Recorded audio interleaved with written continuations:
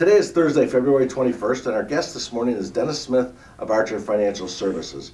Dennis is an expert in grain and livestock risk management with a master's degree in agricultural economics from the University of Illinois. Please note that the views and opinions expressed here today are solely those of our guest and should not be construed as the views or opinions of ADM Investor Services, Archer Financial Services, or Archer Daniels Midland Company. We brought Dennis in today to speak specifically about a very serious issue that is affecting the hog herds in China, the African swine fever.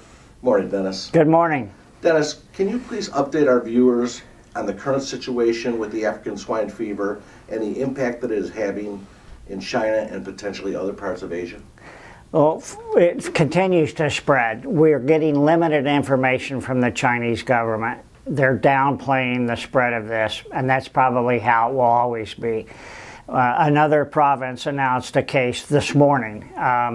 It's spread into 2 new provinces this week that have never experienced it before.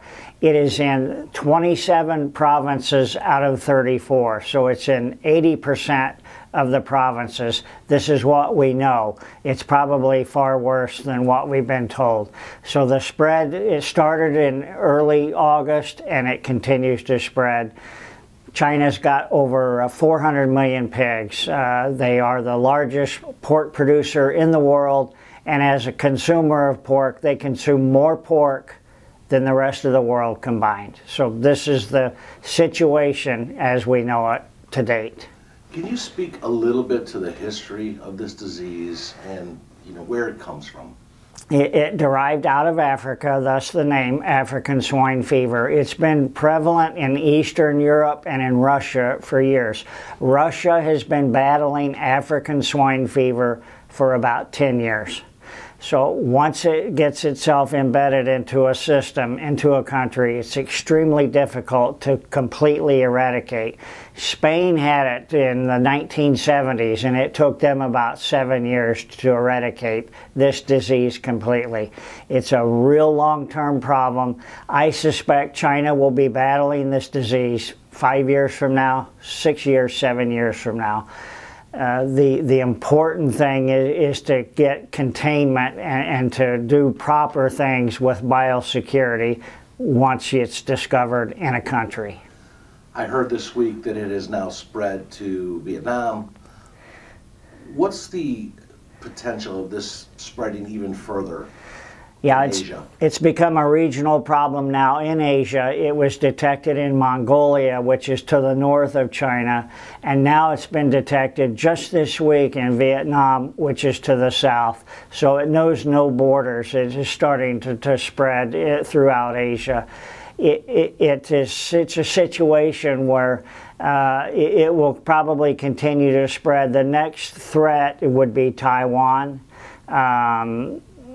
Taiwan's got 10 million pigs. Vietnam has 30 million pigs. So now you're talking about a situation approaching 500 million pigs. It's extremely important to keep this out of North America, and that is the challenge moving forward. As long as the U.S. and Canada have a disease-free hog herd, this is going to be to our benefit as far as potential business down the road. It's a real challenge. Dennis, can you talk about the effect on humans? Is there a danger to humans? I mean, dispel some maybe disbeliefs out there. Should any of us be worried about consuming pork? There's no evidence. It poses no risk to humans whatsoever, according to the science. So there is no concern, or there is no risk to humans from eating pork that is infected with African swine fever. Now, the problem with pork coming into a country is the virus can maintain itself within that meat. So if meat is thrown out in garbage, and then that garbage is consumed by pigs, which is how they feed pigs in Asia, then they can contact the African swine fever. So this is where all of the talk comes about. Don't eat infected meat. This is why, because in Asia this helps spread the disease further. It's not really going to be an issue here in the States. We don't feed our pigs in that manner. Our biosecurity is completely different than what it is in China and Vietnam and perhaps even in Russia. But that's the science. It poses no threat to humans. Is it possible that after China deals with an issue like this, that they improve their biostandards as well? This is probably going to completely change the way they raise pigs in China. What they call the small courtyard pork producers in China, this is the ones that have been impacted first by this disease. It's pretty much going to take them out. That's 30 to 40% of the pig population in China, the small courtyard farmers. They are going to have to find another way to make a living or raise something else, whether it be poultry or beef, or they are going to have to change their pork producing capacity and practices to a more biosecure environment. This will take years. You mentioned poultry and beef. Will the demand of other meats, say beef and poultry for instance, be increased due to swine fever? It certainly will over time, most likely, but the Chinese, sticking to that country specifically, are not going to be able to afford to completely go from pork to beef. It's just not affordable. Poultry is another option, but keep in mind, pork is the staple in China. That's what they love to eat. It's what that's what their diet consists of. And in my opinion, and the evidence in the past shows that they are unlikely to stop eating pork. They might, some areas in the big cities, for example, where other proteins are available, poultry and beef, there could be some switching away from pork. But for the most part, we think the Chinese will continue to treat pork as their staple.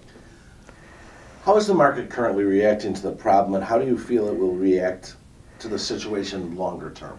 Well, hog futures, when this first came out in August, they gapped higher and they had about a $12 run to the upside. All of that has been given up now. The market's come completely back down, and in fact, we filled the gaps on the chart. What appears to have been happening is there's actually a panic-type liquidation occurring in China. They're liquidating breeding stock.